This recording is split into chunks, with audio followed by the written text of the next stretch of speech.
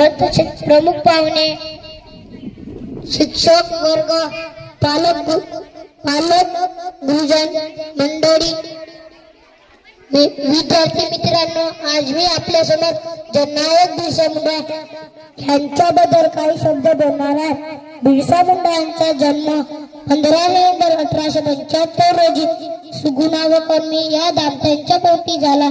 त्यांचे जन्मगाव उल्यातून हे रांची जवळ आहे। बिरसांचे आई वडील शेतमजुरी होते। ते घरची परिस्थिती अत्यंत गरीब हालतीची होती। गावात शाळा नसल्याने त्यांना मामाकडे शिक्षणासाठी पाठवले। तेथे मिशनरी शाळेमध्ये प्राथमिक व माध्यमिक शिक्षण पूर्ण केले। शिक्षणाबरोबरच बिरसा यांना संगीत व नृत्यातही विशेष रस होता। तो काळ पारतंत्र्याचा होता। संपूर्ण देशाला इंग्रजांनी गुलाम बनवून ठेवले होते। जंगलात राहणारे आदिवासीही या गुलामगिरीतून वाचले नव्हते। इथेच माझे 2 शब्द थांबवतो। धन्यवाद।